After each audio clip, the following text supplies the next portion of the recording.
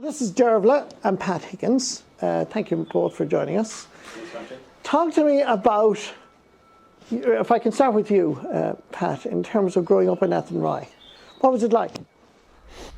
Oh, it's a long time ago, Marty, now. It's back in, I was born in 65, so farming area around here, yeah, and we were to the local school. It was only a few hundred yards over the road, you know, but actually there was no hurling allowed there. We had two female teachers, so they didn't like the look of blood, so that was the first thing. There'd be no hurdles allowed, just in case, because anywhere there was hurdles there'd be blood. So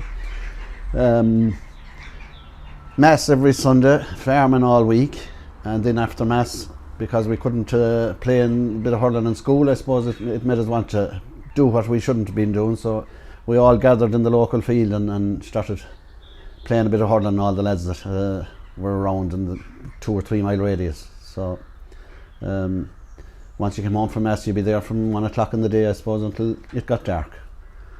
And at that time now, there was no underage hurling really. I suppose your first game would be under 14, and a local manager decided that he'd go around to the schools and pick up a few young fellas and try and make a team, because there was 1 or 2 very strong teams at the time now, Turlockmore and Castlegare, and Athenry had been divided club before that, so they amalgamated anyway and started the young guys playing a bit of hurling. So we didn't play our first match until there was an under 14 match, I'd say. 1 or 2 evenings training, gathered together, see could we pick a team, and took it from there then. But now sure they're starting at 6 and 8 and 10s and that. But maybe that's why I stayed at it so long, because I didn't start till I was 14 and kept playing till we were nearly over 40s. But there were great old times though, you know. There were different times, and I think this COVID situation has kind of brought us back to realisation of everyone is walking around again now, and because we had no transport that time, and that's why it was hard to get to matches and everything. The mothers were great, fathers and other, but they'd be too busy farming. So that's generally kind of how we got into the hurling, and there was very little camogie as well at the time now. But of course today is all about camogie and the big launch for the Athenry Camogie Club. But Pat, do you look back with fondness? Because they were tough times now, but did it ingrain a kind of a great sense of pride and a great sense of love of sport? Yeah, there was, as I said, there wasn't an awful lot more to do. You know, you had a ball and you kicked it around, and hurls were very scarce. We used to go down to the local pitch here at Kenny Park on Sundays, and you'd be hoping a few of the senior hurlers would break a hurdle, and you'd be running in to pick it up, and maybe it'd be broken long enough that you could play with it, but he couldn't play with it anymore. So there were great old times, yeah, and we had there was 4 lads and myself in my house, so we had a quarter of a team between us and gather up a few more lads, and it was all a bit of crack and a bit of band. But yeah, as I said, there was no phones, no internet, not an awful lot else to do but sport, you know. But Pat, you were no ordinary hurler. Like you played with Galway and everything. Well, I suppose, yeah, we were pretty ordinary at the start, but as I developed, yeah, it was a big thing that time to get on your county minor team, and I was lucky enough to be picked. Jackie Shea, I suppose, he was a local selector, so maybe I had a little bit of an input in, or he had into getting me on the team. But we went on to win All Ireland in '83, which was a huge thing. It was the first minor All Ireland ever for Galway, and it was great to be part of it. So were you surprised then that your daughter has picked up the hurling and now a star camogie player? I'm probably not surprised, because she was always into the outdoor lifestyle, and I have a son as well, Darren, and I used to be saying to him, will you get off that phone and go out and hit a ball with your sister, because she'd be coming in, Dad, come on, puck a ball, you know, and I'd done so much of it. I said, go on, Darren. But it's amazing, he played up till minor, and then he just didn't get the grow for it. But Dervla could never leave it out of her hand. She always had to be tipping away at a ball. So yes, it's nice to have her at it, you know. So is Dad responsible for this great passion for sport and desire to play for Athenry and indeed for Galway? I suppose so, yeah. I don't know where I'd leave it. Like, from my childhood growing up, what I remember was going to his training sessions when he was still playing when I was a young girl.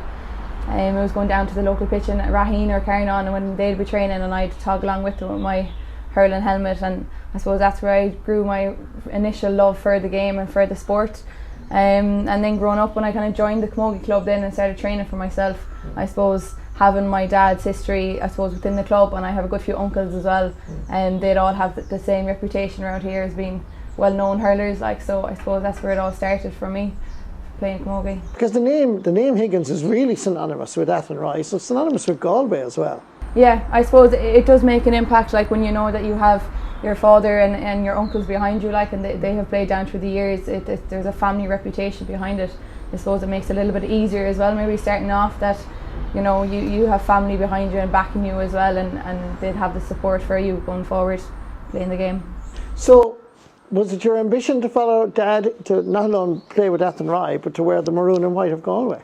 Yeah, definitely. Growing up and watching him play and that, and knowing that he has played for Galway, is definitely more ambitious to do it as well. I suppose alongside our other club members as well, like, you could not but mention Therese Maher.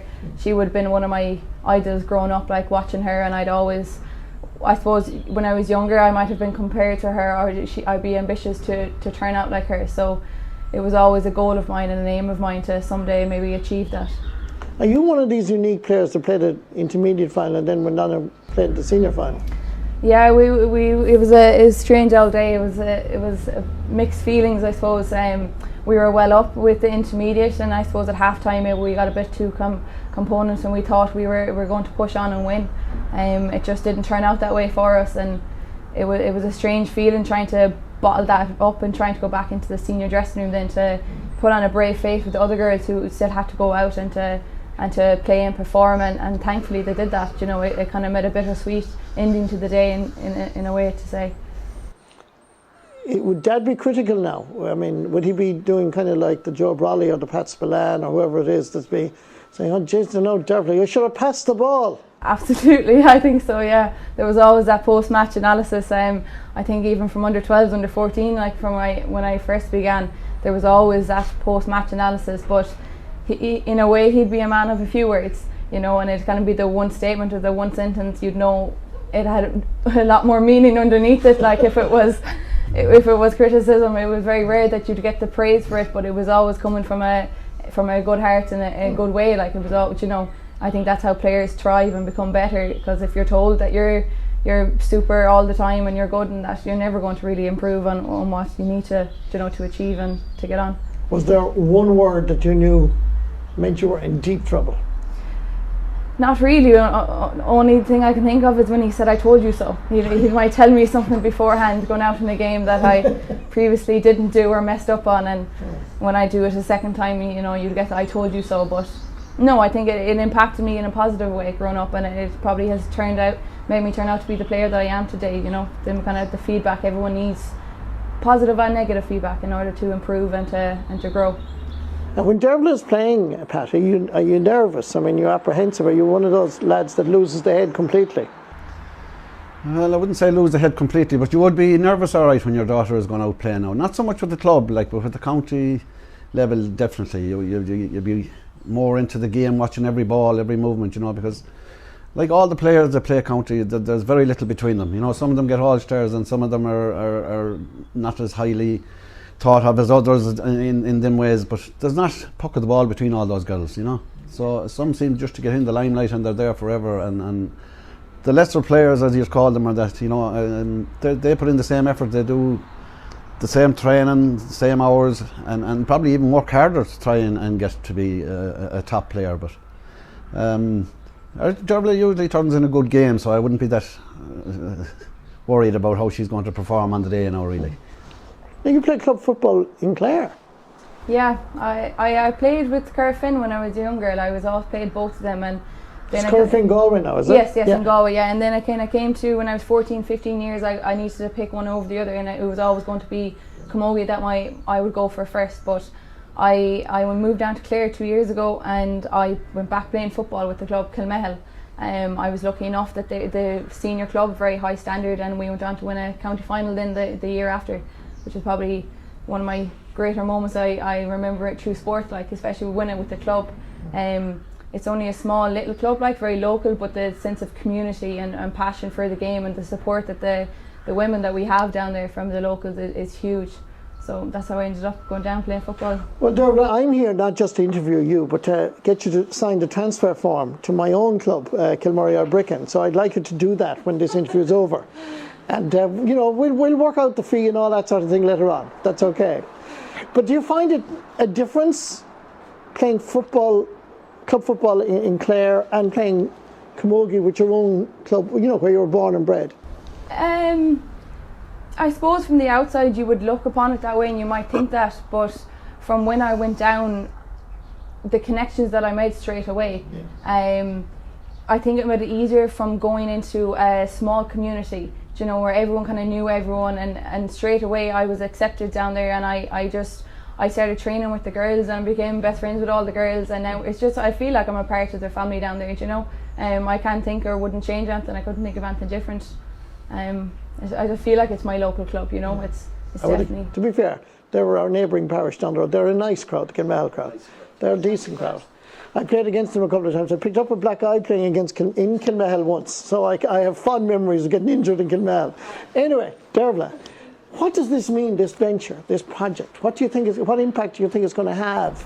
I think it's going to be huge. Yeah, it's going to be huge. Like we're one of the biggest camogie clubs in Ireland, and we're growing from underage. Our numbers are phenomenal. How many people are joining the game? I think it's always a struggle trying to get pitches. We could be the first on or the last on in the evening because the males may have priority when it's their local grounds, or the schools and that. So it's very difficult to organise and trying to get pitches for us. I think this going forward would be huge for us. Just to be even maybe give back to the GA and to the local schools as well what they have given to us. We're so appreciative of how much they've done for us and how much space they've allocated for us down through the years. But I think going forward it would just be huge, and it would open so much doors for the younger boys and girls coming through, having a sustainable pitch there 24/7 for them, and they know that they can have that in the background. And I think it will raise the standard in Galway across the board, that you have your own place, and it surely will have an impact psychologically that a club in Galway can develop its own camogie pitch, if you know. I think so. I think it'd be huge, and I'm sure it would be offered maybe to the county setups then as well, and being so local as well would be a great advantage to us. Where I'm so used to travelling to Clerical or travelling to Ballinasloe or into Galway, trying to get pitches. So it would be huge to have it just here in our backyard, and it'd be a great help, a great boost. Pat, you must be proud of this adventure, this major project. Yeah, well, to be honest with you, Marty, I hadn't heard an awful lot about it because it's fair play to the lads that have put their heads together and their shoulders to the wheel and decided that they were going to go for this, because it's a huge undertaking, when you're putting up a house for first prize, someone is going to have to pay for it. But I have every confidence in those lads. They know what they're doing, and I would put, as the fella said, the price of the ticket on that it's going to be a success, and I sure hope it is, Yeah, well, I think it will be. I get the vibe, having spent my day in Athenry. There's something special going on here. So Dervla and Pat Higgins, thank you very much for joining us. Thanks yourself, Marty.